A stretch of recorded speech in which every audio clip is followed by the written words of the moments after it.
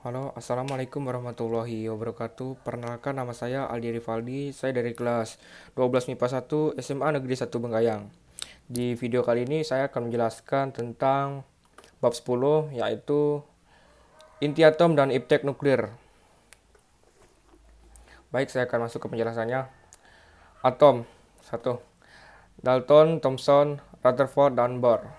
Teori dan model atom Dalton, Thomson, Rutherford, dan Bohr. 2. Model atom Dalton. Teori John Dalton adalah sebagai berikut. A. Atom merupakan materi yang terkecil yang tidak dapat dibagi-bagi. B. Atom suatu unsur tidak dapat berubah menjadi unsur lain. Atau atom tembaga tidak dapat berubah menjadi atom aluminium dan sebaliknya. C. Dua atom atau lebih yang berasal dari unsur yang berlainan dapat bersenyawa membentuk molekul. Misalnya, atom hidrogen dan oksigen membentuk molekul air atau H2O. D. Atom-atom yang bersenyawa dalam molekul memiliki perbandingan tertentu dan jumlah keseluruhan yang tetap.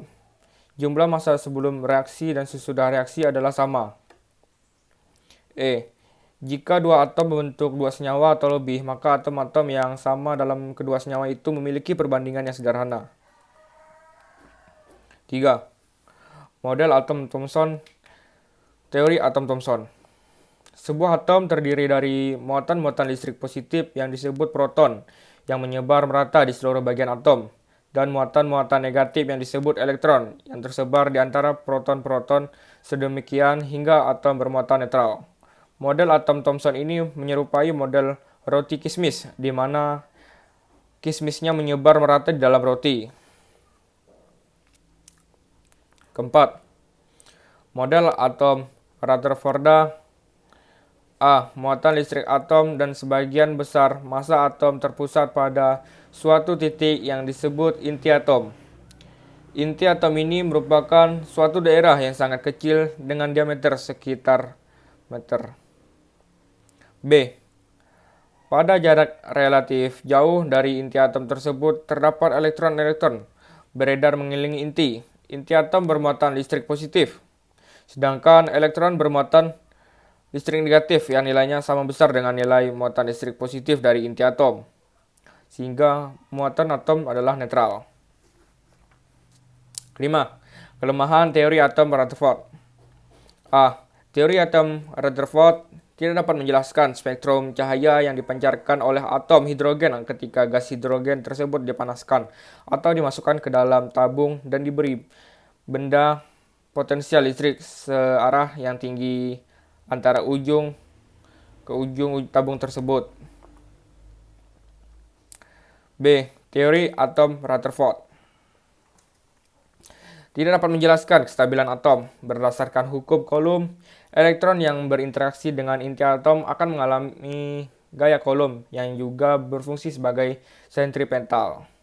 Akibatnya, elektron mengalami percepatan atau percepatan sentripetal menurut teori gelombang elektromagnetik yang dikemukakan oleh Maxwell.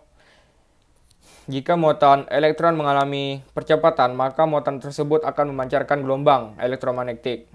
Jika demikian, maka energi elektron berkurang dan akhirnya akan jatuh ke inti atom. Tetapi kenyataannya demikian. Model atom Niels Bohr. Elektron hanya dapat mengorbit stabil tanpa memancar. Dalam orbit tertentu disebut oleh Bohr yang orbit stasioner pada set diskrit jarak tertentu dari inti. Orbit ini berhubungan dengan energi tertentu dan juga disebut kulit energi atau tingkat energi. Dalam orbit, percepatan elektron tidak mengakibatkan hilangnya radiasi dan energi yang dibutuhkan oleh elektromagnetik klasik. Elektron hanya dapat memperoleh dan kehilangan energi dengan melompat dari satu orbit ke orbit lainnya yang diperbolehkan. Menyerap atau memancarkan radiasi. Jenis-jenis radioaktivitas berdasarkan partikel penyusunnya.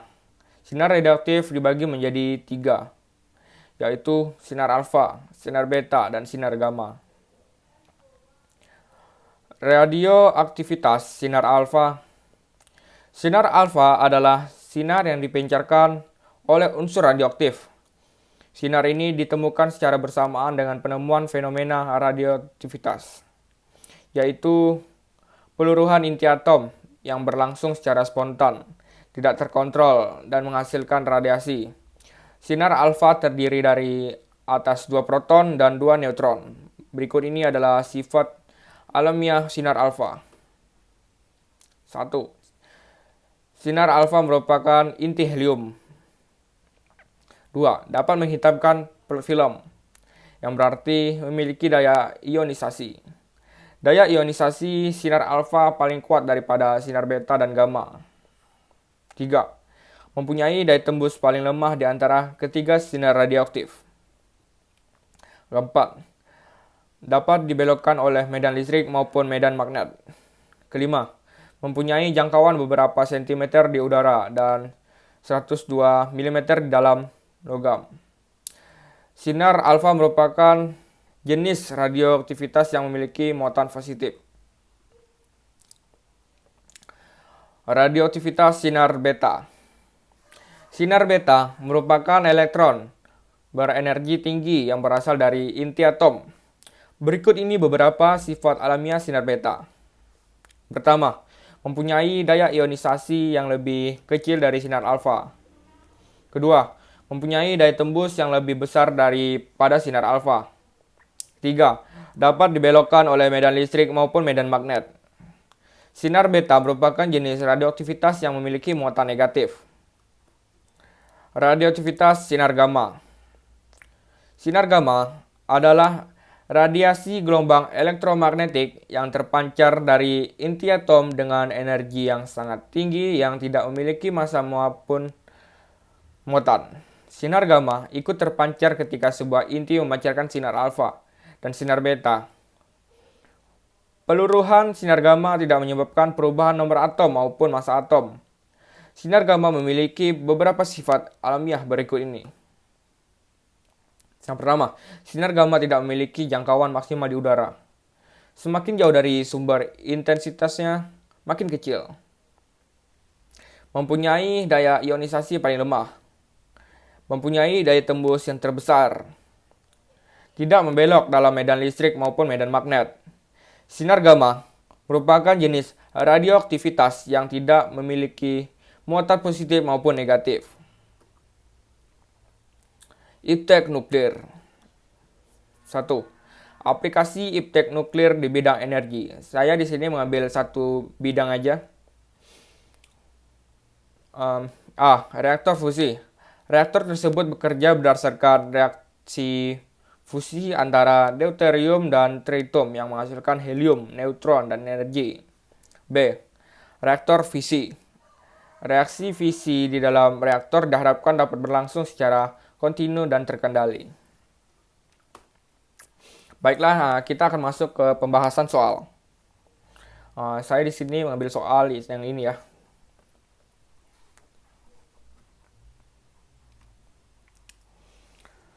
Satu. Atom hidrogen berpindah lintasan dari M sama dengan 3 ke N sama dengan 1. R adalah konstanta Rydberg. Berapakah panjang gelombang foton yang dipancarkan? Baik, saya akan jawabnya. Yang pertama ada diketahui N sama dengan 1, M sama dengan 3. Ditanya panjang gelombang foton yang dipancarkan. Jawab. Lambda sama dengan N kuadrat M kuadrat per M kuadrat dikurang N kuadrat dikali R. Lambda sama dengan 1 kuadrat 3 kuadrat per 3 kuadrat dikurang 1 kuadrat dikali R. Maka hasilnya 9 per 8 R. Baik, masuk ke contoh soal berikutnya. Apabila elektron berpindah dari lintasan N sama dengan 4 ke lintasan N sama dengan 2, sedangkan energi dasar elektron N sama dengan min 13,6 elektron volt dan 1 elektron volt sama dengan 1,6 kali 10 pangkat minus 19 Joule. Maka besar energi yang dipancarkan adalah, baik jawabnya, penyelesaian diketahuinya N1 sama dengan 4, N2 sama dengan 2. Yang ditanya delta E, jawab. Atau yang ditanya delta E atau besar energi yang dipancarkan. Jawab. Delta E sama dengan min 13,6 elektron volt kali 1 per N2 kuadrat dikurang 1 N1 kuadrat sama dengan min 13,6 elektron volt dalam kurung 1 per 2 kuadrat dikurang 1 per 4 kuadrat. Delta E sama dengan min 13,6 elektron volt kali 0,1875 sama dengan min 2,55 elektron volt. Delta E sama dengan min 2,55 dikali 1,6 dikali 10 pangkat minus 19 J. Maka hasilnya 4,08 dikali 10 pangkat 19 Joule. Sekian video penjelasan dari saya ucapkan terima kasih. Wassalamualaikum warahmatullahi wabarakatuh.